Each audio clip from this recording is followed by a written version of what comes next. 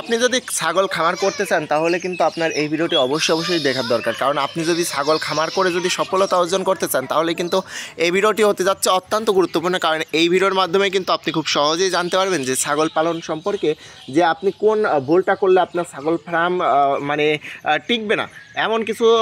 এমন কিছু যে জিনিস আছে, যে জিনিসগুলো কিন্তু আমরা যদি ফলো না করি তাহলে কিন্তু আমাদের ছাগল খামার কিন্তু টিকবে না।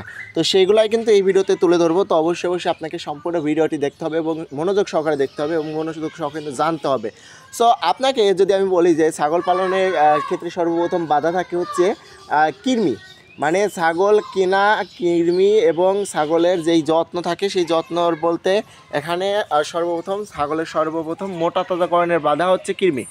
তো আপনারা অবশ্যই সর্বপ্রথম ছাগল কিনবেন দেখে শুনে এবং কৃমি মুক্ত রাখার সর্বোচ্চ চেষ্টা করবেন। তো এভাবে যদি আপনি পালন করেন তাহলে কিন্তু সফলতা অর্জন করতে পারবেন। ধন্যবাদ।